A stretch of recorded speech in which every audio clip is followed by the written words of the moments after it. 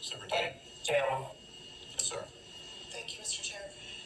Dr. Tilson, I so appreciate this report, and also that you highlighted for us the the fact that there is no statewide masking order for schools.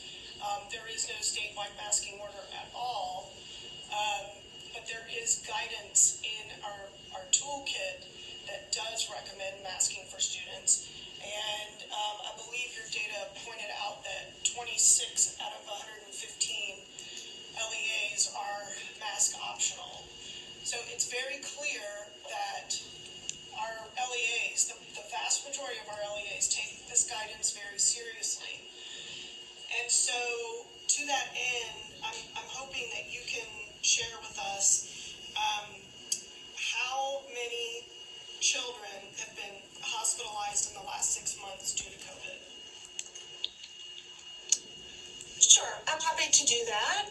And I would also call to people's attention that we have a lot of data on our publicly available dashboard, including data on obviously our cases, on our hospitalizations, on our death, and they are broken down by age. So this is all publicly available data.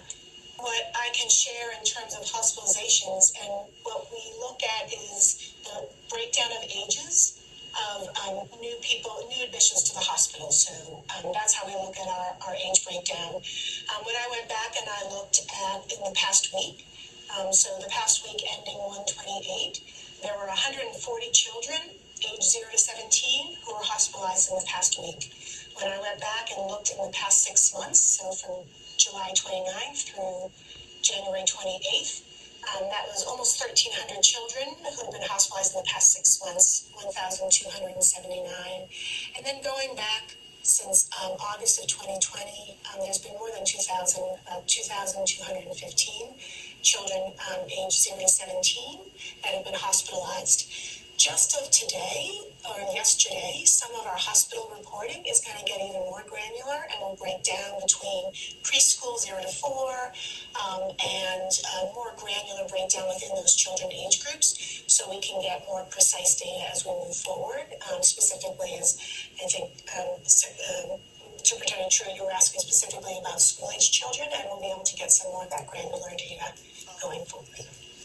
So just to be clear, do we know of let's say either the 1,300 in the last 6 months or the 140 in the past week?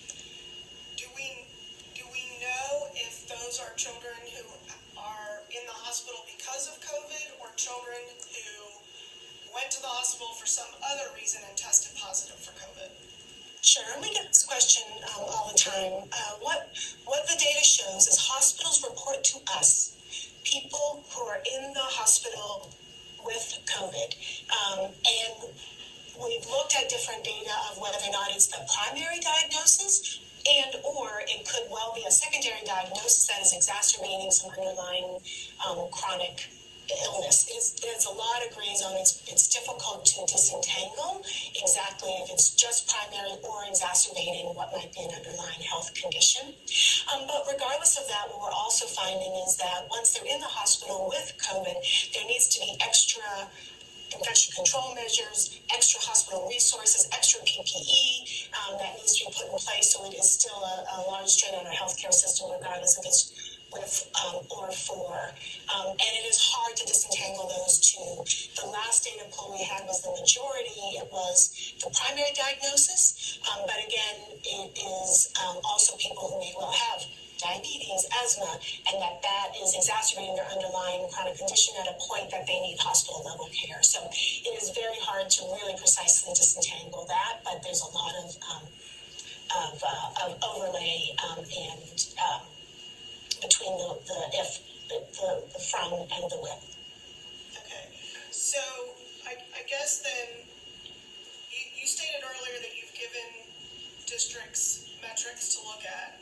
Are those in line with the CDC low prevalence guidelines that define low prevalence, which in other words means lifting masking recommendations to fewer than 10 cases per 100,000? No, ma'am. Well, our guidance to the districts are that as long as, if you are in high and substantial, then we recommend universal masking. And the definition for substantial, which I highlighted in that first slide, would be a case rate of more than 50 per 100,000 and a percent positive of 8 or more. That's the threshold for substantial. Below that, there's moderate or low, those are lower, but what our recommendation is, as long as you're substantial or high, to consider a universal mask, so not low, higher than low. Okay, I'm going to close with this. So, as I said, it's very clear to me that the majority of our districts are taking guidance from the toolkit,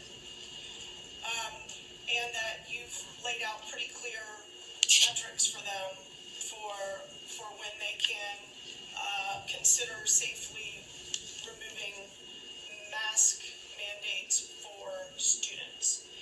I would encourage DHHS to perhaps include in its presentations to the board moving forward the data around hospitalizations for children.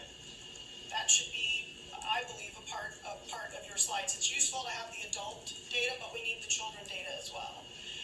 And finally, it's very concerning to me that an assistant superintendent in one of our larger districts has presented to the state board that a recommendation that we start masking 2 to 4-year-olds so that we can prepare them for masking in elementary school. That does not indicate progress towards removing the mask mandate. And so I would also like next month to learn a little bit more about the role that immunity has in spread. We know that 90% of the country before the Omicron virus, according to the CDC, 90% of Americans have antibodies against COVID, either from being infected or from vaccination. We're at a rate of, I believe, 69 or 67% of North Carolinians having received at least one dose, and 47% are boosted. So is it possible for